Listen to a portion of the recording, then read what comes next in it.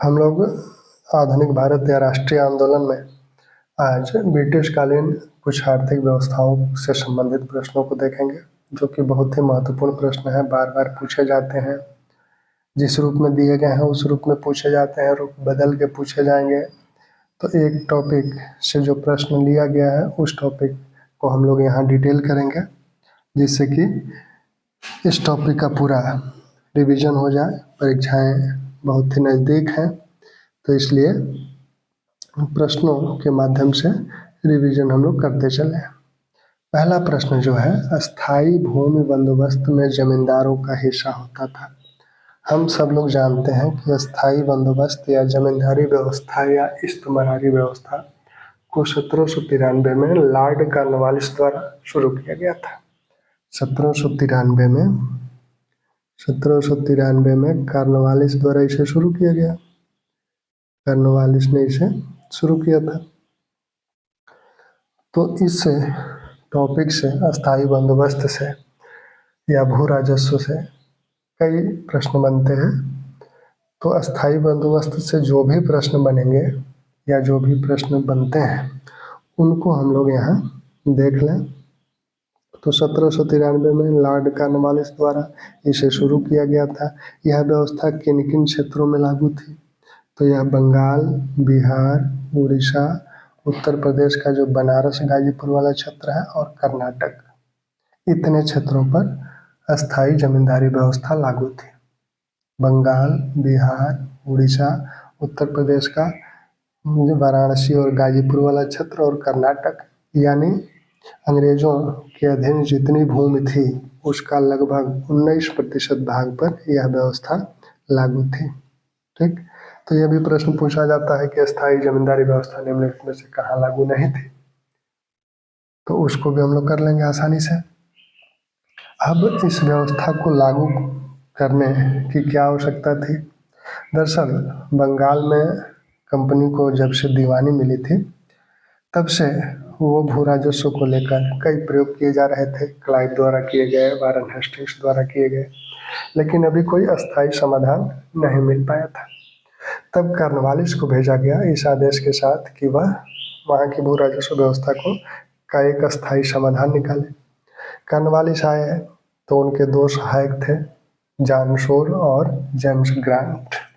इनसे भी प्रश्न पूछा जाता है, जॉन शोर और जेम्स ग्रांट।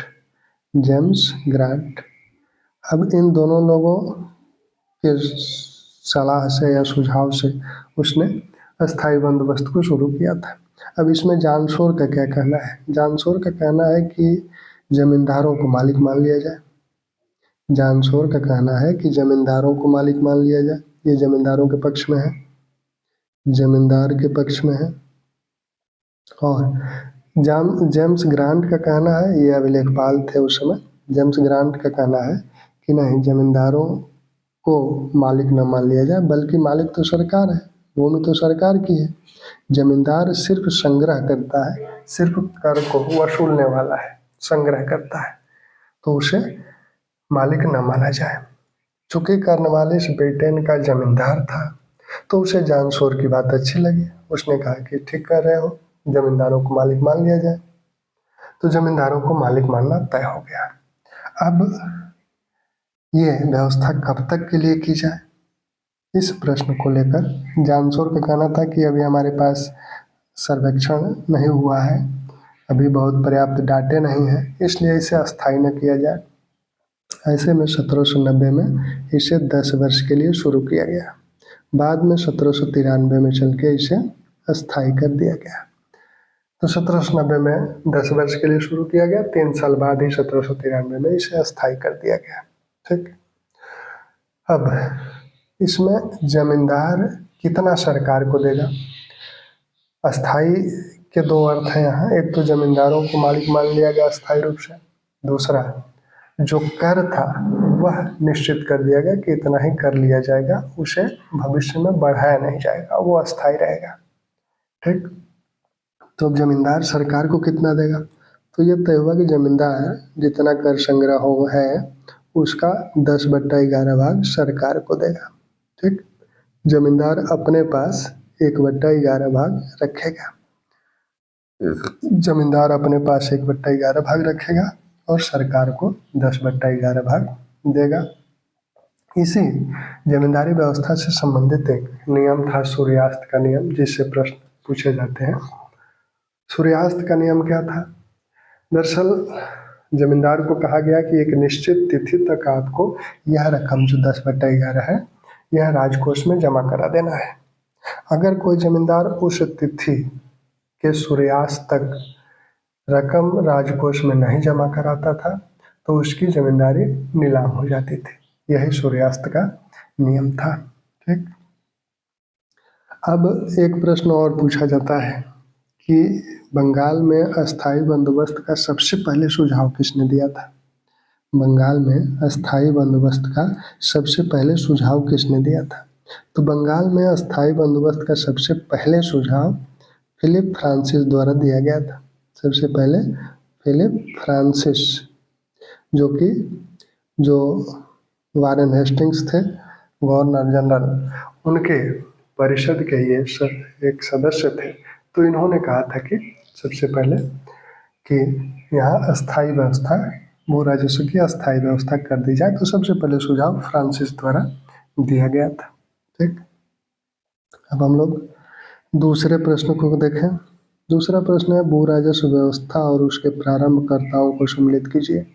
भू राजस्व व्यवस्था, किस व्यवस्था को किसने शुरू किया और वो व्यवस्थाएं कहाँ कहाँ लागू की गई थी? ठीक, तो अस्थाई बंदोबस्त हम लोगों ने अभी देखा कि कॉर्नवालिस द्वारा शुरू किया गया, 1793 में शुरू किया गया। यह बंगाल, बिहार, उड़ीसा, कर्नाटक और उत्तर प्रदेश के बनारस और गाजीपुर वाले क्षेत्र में लागू थी। दूसरा है महालवाड़ी। महालवाड़ी को शुरू किया था हाल्ट मैकेंजी ने। यह व्यवस्था उत्तर प्रदेश का बनारस और गाजीपुर वाला क्षेत्र छोड़कर अन्य उत्तर प्रदेश के अन्य क्षेत्रों में, साथ में मध्य प्रांत और पंजाब में यह व्यवस्था लागू की गई थी। आगे चलकर 1833 में इस व्यवस्था में मार्टिन बर्ड और टॉमसन ने सुधार किया था। तो इस महालवाड़ी व्यवस्था में मार्टिन बर्ड और टॉमसन ने सुधार किया था। बेंटिक के समय टॉमसन ने इसमें सुधार किया था। इन लोगों ने सर्वेक्षण कराया। सबसे पहले इसी समय मानचित्र बनाए गए, भूमि के पंजियों का निर्माण हुआ। तो ये सारा सुधार बर्ड और टॉमसन द्वारा किया गया था।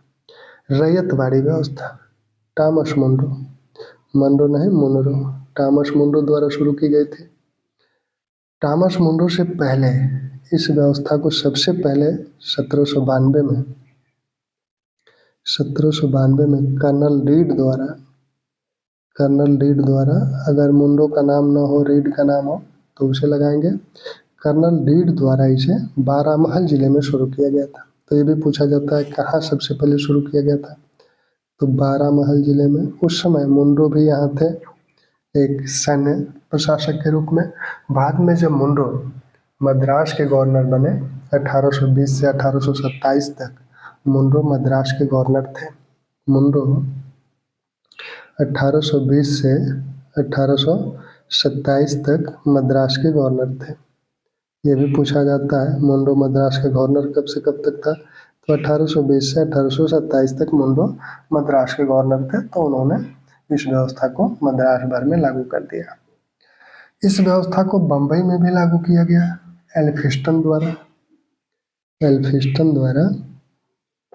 एल्फिंस्टन ने इसे बम्बई में लागू किया था। एल्फिंस्टन 1819 से 1827 तक बम्बई का गवर्नर था। 1819 से 1827 तक एल्फिंस्टन बम्बई का गवर्नर था। वहाँ उसने इस रैयतवाड़ी व्यवस्था को लागू किया था। तो रैयतवाड़ी व्यवस्था कहाँ कहाँ लागू की गई थी? मद्रास, बम्बई, असम और पूर्वी बंगाल। तो रैयतवाड़ी व्यवस्था में असम भी है। ये क्षेत्र किस किस क्षेत्र में लागू की गई थी?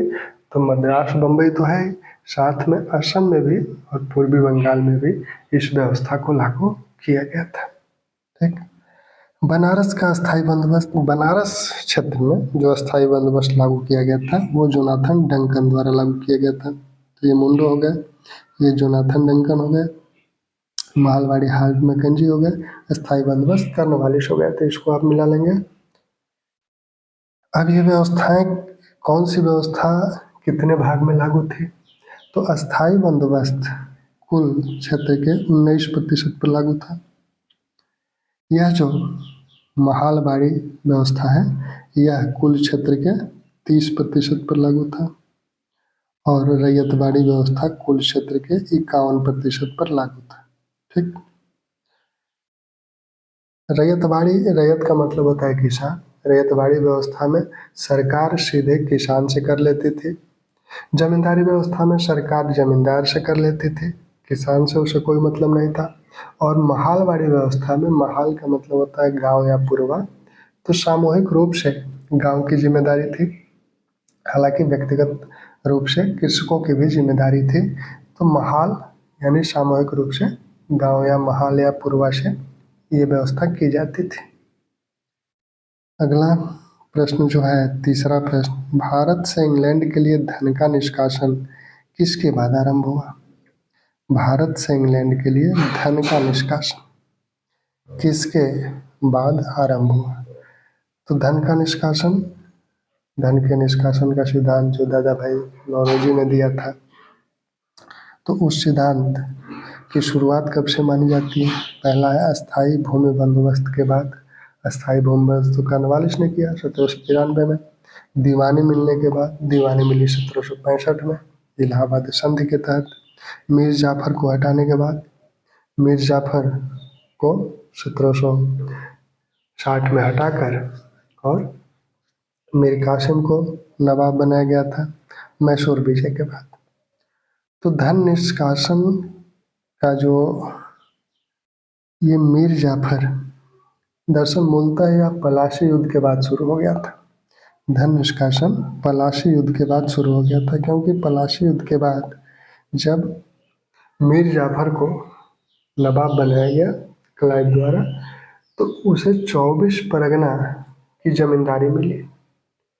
तो 24 परगना की पूरी आय अब कंपनी के पास आ गई। तो वहाँ से ये धन निष्कासन प्रारंभ हो जाता है।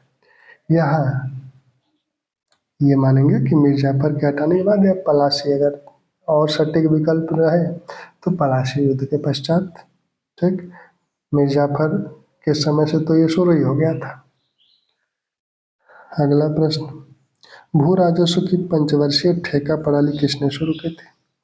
अब देखिए, भू राजस्व की पंचवर्षीय ठेका प्रणाली की शुरुआत की थी वारन हेस्टिंग्स ने 1772 से 1776 तक यह पंचवर्षीय ठेका प्रणाली चली। फिर 1776 से उनसे उसने इसे एक वर्षीय कर दिया। 1776 से एक वर्षीय कर दी गई। 1772 से 1776 तक यह पंचवर्षीय ठेका प्रणाली चली थी। इस पंचवर्षीय ठेका प्रणाली में जमींदारों को वरीयता नहीं दी गई थी, लेकिन एक वर्षीय ठेका प्रणाली में जमींदारों को वरीयता दी गई। ठीक। अगला प्रश्न है, व्यापारियों द्वारा दस्तकारों को वांछित माल की प्राप्ति हेतु दी गई अग्रिम धनराशि के लिए किस शब्दावली का प्रयोग होता था? ब्रिटिश कंपनी भारत से जो सामान ले जाती थी, विशेषकर जो शिल्प उद्योग थे भारत में, मुख्यतः जो कपड़ा उद्योग था, तो जो जुलाहे थे उनको कंपनी के जो व्यापारी थे, एजेंट थे, वो लोग उन्हें एक अग्रिम राशि देते थे और उस अग्रिम राशि की व्यवस्था को ददनी कहा जाता था। अग्रिम राशि दे देते थे कि इस समय हमें इतना कपड़ा चाहिए, इतने मूल्य पे चाहिए।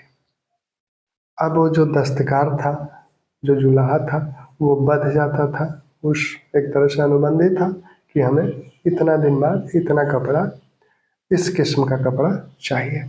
तो इसे ददनी प्रथा कहा जाता था। हालांकि यह बहुत ही जुलाहों के लिए बड़ा ही शोषक साबित हुई बाद में, क्योंकि कंपनी के जो एजेंट थे वो पर्याप्त मूल्य नहीं देते थे जुलाहों को।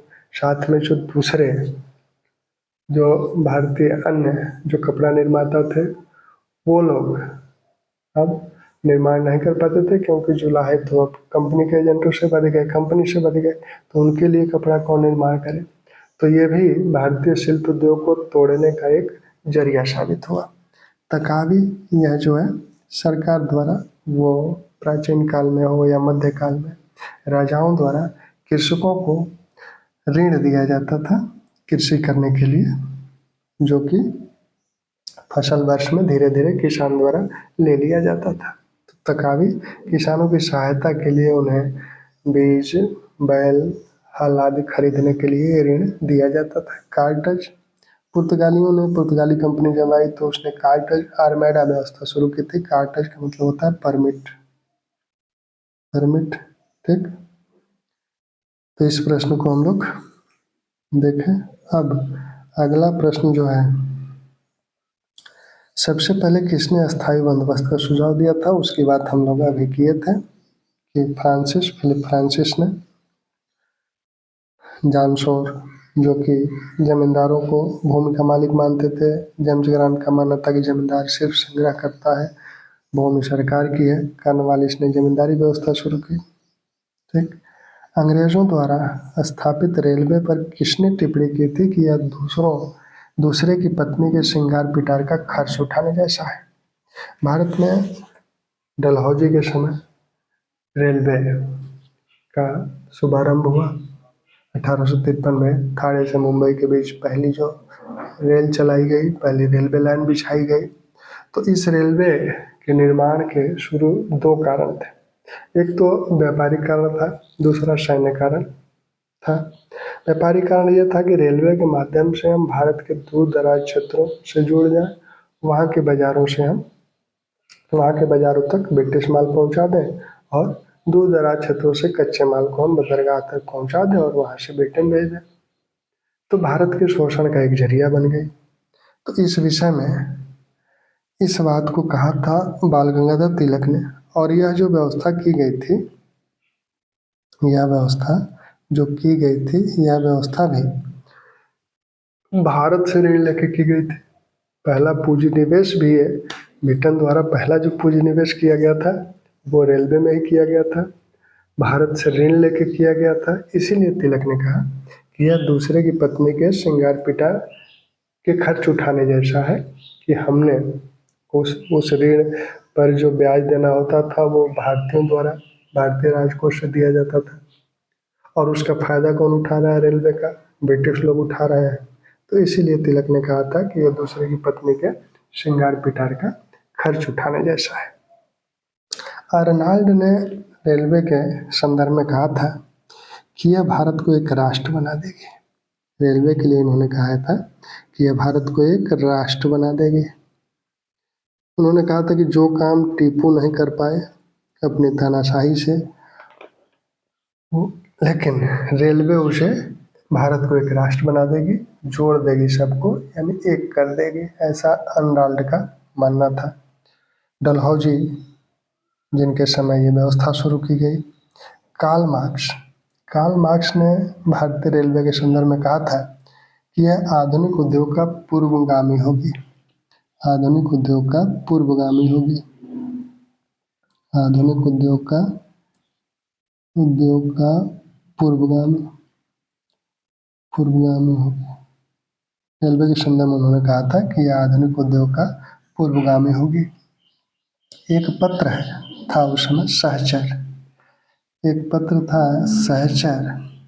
तो सहचर ने बंगाल का पत्र था, इसने रेलवे के विषय में कहा था कि ये लौह पथों के विस्तार का अर्थ लौह बंधन है। इसे लौह बंधन कहा था, लौह बंधन कहा था। यह लौह पथों के विस्तार का अर्थ लौह बंधन है, यानी भारत में रेलवे का विकास एक हथकड़ी है, ऐसा सहचर ने कहा था। अगले प्रश्न को हम लोग देखें तो दस्तक शब्द से तात्पर्य है।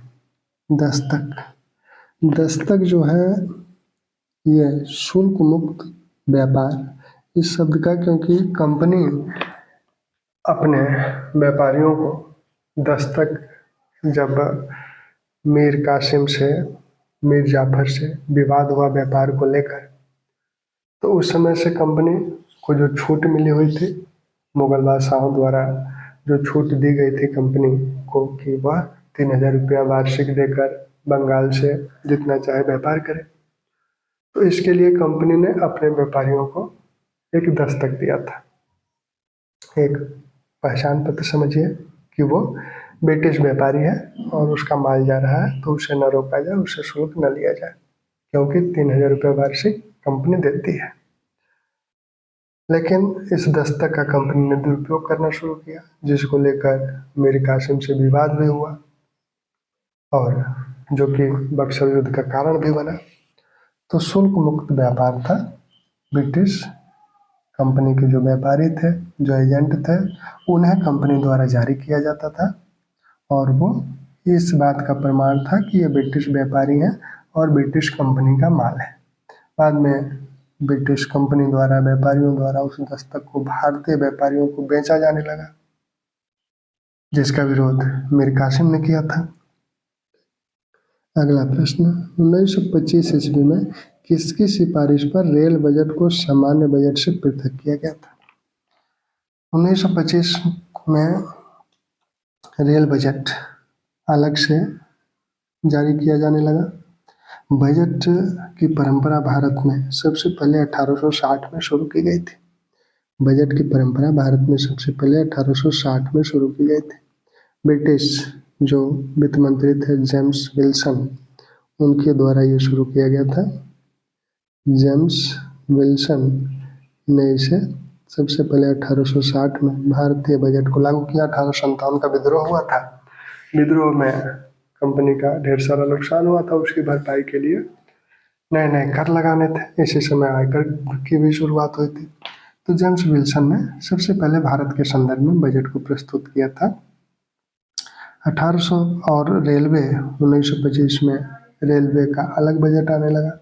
दरअसल रेलवे का विस्तार होता गया और रेलवे से जो मुनाफा था या रेलवे का जो बजट था वो कुल बजट का लगभग 80% के आसपास था, तो इसलिए उसको अलग किया गया और यह 2017 तक, 1925 से लेकर 2016 तक रेलवे का बजट सामान्य बजट से पहले प्रस्तुत किया जाता था, अलग प्रस्तुत किया जाता था। 2017 से रेलवे का बजट भी अब सामान्य बजट में ही समाहित कर दिया गया। ठीक, एकवर्थ कमेटी बनी थी और उस एकवर्थ कमेटी ने यह सुझाव दिया था कि रेलवे का जो बजट है उसे अलग से प्रस्तुत किया जाए। तो एकवर्थ आयोग, एकवर्थ कमेटी या एकवर्थ कमेटी की सिफारिश पर इस रेलवे के बजट को अलग प्रस्तुत किया गया। हार्टिंग आयोग, यह हार्टिंग आयोग या शिक्षा से संबंधित आयोग है।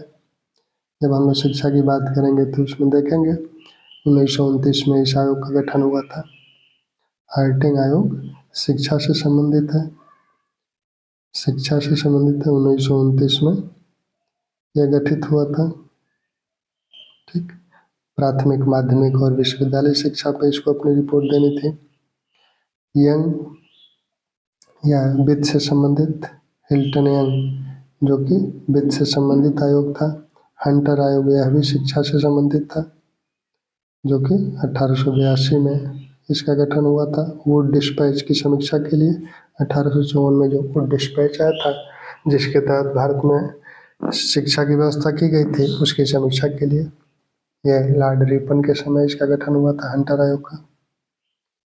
अगला प्रश्न, पहली बार कब दादा भाई नौरोजी ने धन निकासी के सिद्धांत को प्रस्तुत किया?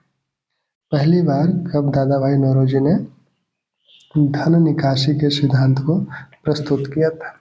तो दादा भाई नौरोजी द्वारा पहली बार धन निकासी के सिद्धांत की जो बात की गई थी 1867-68 में की गई थी। 1867-68 में पहली बार दादा भाई नौरोजी ने धन निकासी के सिद्धांत की बात की थी। 1867-68 में 1867-68 में उन्होंने पहली बार धन निकासी की बात की थी। 1867-68 उन्होंने इंग्लैंड डेब्ट टू इंडिया लेख लिखा था और उस लेख को के माध्यम से उन्होंने धन निकासी का सिद्धांत प्रस्तुत किया। इंग्लैंड डेब्ट टू इंडिया नामक लेख लिखा था और आगे चलकर 1901 में उन्होंने एक किताब लिखी, poverty and un-British rule in India. Poverty and un-British rule in India नामक उन्होंने किताब लिखी। 1901 में आर.सी. दत्त ने भी एक किताब लिखी थी, economic history of India. R C. Dutt ने भी एक किताब लिखी थी, इकोनॉमिक हिस्ट्री ऑफ इंडिया, 1901 में। 1901 में इनकी भी किताब आई थी, दादा भाई नौरोजी की भी, poverty and un-British rule in India. सबसे पहले धन निकासी के सिद्धांत को इन्होंने जो प्रस्तुत किया वो अपने लेख के माध्यम से किया, इंग्लैंड डेब्ट टू इंडिया, जो कि 1867 में प्रस्तुत किया गया था। अगला प्रश्न, निम्न में से किस उद्योग में भारतीय पूंजी सर्वाधिक थी? भारतीय पूंजी सर्वाधिक सूती कपड़ा उद्योग में थे। इस पर भारतीयों का एक तरह से एकाधिकार था। जूट, कोयला और चीन, इसमें कंपनी यानी ब्रिटिश लोगों की पूंजी इसमें जूट उद्योग में, कोयला उद्योग में, चीनी उद्योग में थी। लेकिन सूती वस्त्र उद्योग पर एक तरह से भारतीयों का अधिकार था। सूती वस्त्र उद्योग पर भारतीयों का अधिकार था। ठीक, अगला प्रश्न, निम्नलिखित में से कौन सुमेलित नहीं है? अब कुछ आयोग हैं, उन आयोगों के जो अध्यक्ष हैं उनसे लेकर एक प्रश्न है। आयोगों से प्रश्न अक्सर पूछे जाते हैं इस टॉपिक से। तो इसमें मैकडॉनल्ड्स अध्यक्ष, आयोग और अध्यक्ष सुमेलित नहीं है, ये बताना है किसके, किस आयोग के कौन अध्यक्ष थे। मैकडॉनल्ड्स, इनके आगे है श्रम आयोग, दूसरा है टॉमस हाईलैंड, प्रथम औद्योगिक आयोग, तीसरा है इब्राहिम रहमतुल्लाह, फिस्कल कमीशन, और Hilton young, royal commission on India, Indian currency and finance. तो यहाँ जो आंसर इसका है वो पहला है मैकडॉनल्ड्स। मैकडॉनल्ड्स दरअसल यह आयोग एक तरह से ये अकाल पे गठित एक आयोग है। मैकडॉनल्ड्स आयोग अकाल पे गठित किया गया था 1900 में, जब लिटन अकाल पर गठित आयोग के अध्यक्ष थे, न कि श्रम आयोग। श्रम आयोग के अध्यक्ष व्हिटले थे, जिसे व्हिटले कमीशन भी कहा जाता है। व्हिटले श्रम आयोग के अध्यक्ष थे, जो कि 1929 में गठित हुआ था। ठीक, टॉमस हाईलैंड प्रथम औद्योगिक आयोग के अध्यक्ष हैं, ये सही है। 1916 में ये आयोग गठित किया गया था। दूसरा इब्राहिम रहमतुल्लाह फिस्कल आयोग के अध्यक्ष हैं, 1921 में इसका गठन हुआ था। हिल्टन यंग आयोग जो है इसका गठन 1926 में हुआ था और royal commission on Indian currency and finance के ये अध्यक्ष हैं। और इसी आयोग की सिफारिश पर रिजर्व बैंक आरबीआई का गठन हुआ। ठीक, तो ये अलग अलग भी ये आयोग पूछे जा सकते हैं, तो इसलिए इन आयोगों को ध्यान में रखें। अगला, किस गवर्नर जनरल के काल में पूसा कृषि शोध संस्थान की स्थापना हुई थी? किस गवर्नर जनरल के काल में पूसा कृषि शोध संस्थान स्थापित हुआ था? तो पूसा कृषि शोध संस्थान की जो स्थापना हुई थी वह लॉर्ड कर्जन के काल में पूसा कृषि शोध संस्थान की स्थापना हुई थी। अगला प्रश्न, महालबाड़ी प्रथा में किसके साथ राजस्व का बंदोबस्त हुआ था? तो महालबाड़ी की हम लोगों ने बात की अभी, तो उस हिसाब से हम लोग देखें तो ग्राम समुदाय के साथ। अब इसमें बिहार जैसे 5 विकल्प हैं, कृषकों के साथ, ग्राम समुदाय के साथ, जमींदार और कृषकों के साथ साझा रूप में उपयुक्त में से एक से अधिक, उपयुक्त में से कोई नहीं।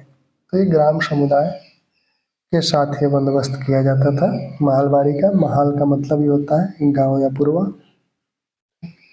अगला प्रश्न, सर्वप्रथम भारत में सहकारी साख समितियों की स्थापना का सुझाव किसने दिया था? सर्वप्रथम भारत में सहकारी साख समितियों की स्थापना का सुझाव किसके द्वारा दिया गया था? तो यह सुझाव दिया गया था मद्रास में फ्रेडरिक निकल्सन द्वारा। फ्रेडरिक निकल्सन द्वारा सहकारी साख समितियों के गठन का सुझाव दिया गया था। ठीक, अगला प्रश्न जो है, ये चैम्बरलेन आयोग जो बना था, ये भी वित्त से संबंधित आयोग था। चैम्बरलेन के नेतृत्व में एक वित्त से संबंधित आयोग का गठन किया गया था। कॉर्नवालिस के विषय में आप जानते ही हैं। 17 नंबर प्रश्न है, किसने ब्रिटिश उपनिवेशवाद को 3 क्रमिक चरणों में यथा मुक्त व्यापार, पूंजीवाद, वित्तीय साम्राज्यवाद के रूप में वर्गीकृत किया था? तो यह वर्गीकरण आर.सी. दत्त द्वारा किया गया था। यह वर्गीकरण आर.सी. दत्त द्वारा किया गया था। इकोनॉमिक हिस्ट्री ऑफ इंडिया नामक उन्होंने जो किताब लिखी, economic history of India, history of India नामक इन्होंने किताब लिखी थी 1901 में। और उसी किताब में इन्होंने उपनिवेशवाद को 3 कालों में विभाजित किया, मुक्त व्यापार का काल, पूंजीवाद का काल और वित्तीय साम्राज्यवाद का काल। गोखले, रानाडे ने भी कई किताबें लिखी, जिसमें राजा राम मोहन राय की जीवनी भी इनके द्वारा लिखी गई है। पुनर्विवाह नाम से एक किताब लिखी गई। गोखले जो कि महात्मा गांधी के गुरु हैं और राजनीतिक गुरु, महात्मा गांधी के राजनीतिक गुरु हैं। गोखले वित्त पर बहुत अच्छा भाषण देते थे।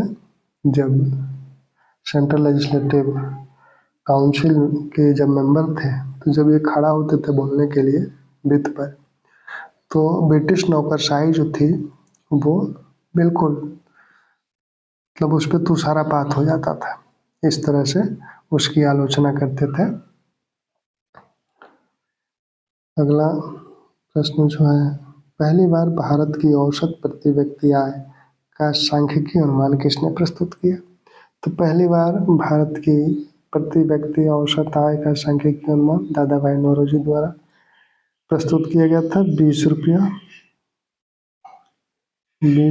है इनके द्वारा सबसे पहले अनुमानित किया गया था। निम्नलिखित में से किसने स्वदेशी स्टीम नेविगेशन कंपनी की स्थापना की? तो इस कंपनी की स्थापना चिदम्बरम पिल्लई द्वारा की गई थी। एडी श्रॉफ एक भारत के उद्योगपति हैं। भालचंद हीराचंद भी एक प्रमुख उद्योगपति थे। 20 नंबर प्रश्न है, भारत में प्रथम अकाल आयोग कब गठित किया गया? भारत में प्रथम अकाल आयोग का गठन कब हुआ था? तो भारत में जो अकाल आयोग का गठन हुआ था, वह सबसे पहला अकाल आयोग की बात कही जा रही है। अकाल आयोग सबसे पहला कब गठित हुआ था? तो कई अकाल आयोग गठित किए गए थे। 1866 में पहली बार अकाल पे एक कमेटी बनी थी। 1866 में जब उड़ीसा में अकाल आया था, तो उस समय एक कमेटी बनी थी, आयोग नहीं बना था। जॉर्ज कैम्बेल के नेतृत्व में एक कमेटी बनी थी। जॉर्ज कैम्बेल के नेतृत्व में अकाल कमेटी बनी थी, एक अकाल समिति बनी थी। लेकिन आयोग सबसे पहले लीटन के समय में बना। लॉर्ड लीटन जब गवर्नर जनरल था 1878, तो 1878 में लॉर्ड लीटन के समय रिचर्ड स्ट्रेची की अध्यक्षता में प्रथम अकाल आयोग बना। रिचर्ड स्ट्रेची की अध्यक्षता में पहला अकाल आयोग गठित हुआ था 1878 में। 1876 से 78 का जो अकाल था बहुत ही भयानक अकाल, बहुत ही भयंकर अकाल माना जाता है। और यह अकाल मद्रास, मैसूर, हैदराबाद, महाराष्ट्र, पश्चिमी संघ प्रांत और पंजाब तक फैला हुआ था। ठीक, आगे चलकर 1897 में एक आयोग का गठन हुआ, द्वितीय अकाल आयोग जिसे कहा जाता है। जेम्स लायल की अध्यक्षता में द्वितीय अकाल आयोग का गठन हुआ और तृतीय अकाल आयोग का गठन 1900 में हुआ था, 1901 नहीं 1900 में। और इस आयोग का गठन हुआ था लॉर्ड कर्जन के समय में। लॉर्ड कर्जन के समय में मैकडोनाल्ड की अध्यक्षता में एक तीसरे अकाल आयोग का गठन हुआ था। डोनाल्ड की अध्यक्षता में तीसरे आयोग का गठन हुआ था। जो रिचर्ड स्ट्रेची की अध्यक्षता में अकाल आयोग का गठन हुआ था, पहला जो अकाल आयोग था, इसने कहा था कि एक अकाल कोष का गठन होना चाहिए। जेम्स लायल ने भी, द्वितीय अकाल आयोग ने भी उसको माना। तृतीय अकाल आयोग जो था, इसने कहा था कि एक अकाल आयुक्त की नियुक्ति होनी चाहिए। तो अकाल आयुक्त की नियुक्ति की बात मैकडोनाल्ड द्वारा ही की गई थी। ठीक, तो कुछ प्रश्न जो कि अर्थव्यवस्था से संबंधित थे, बार बार पूछे जाते हैं, उसको हम लोगों ने देखा, कुछ आयोगों की बात की।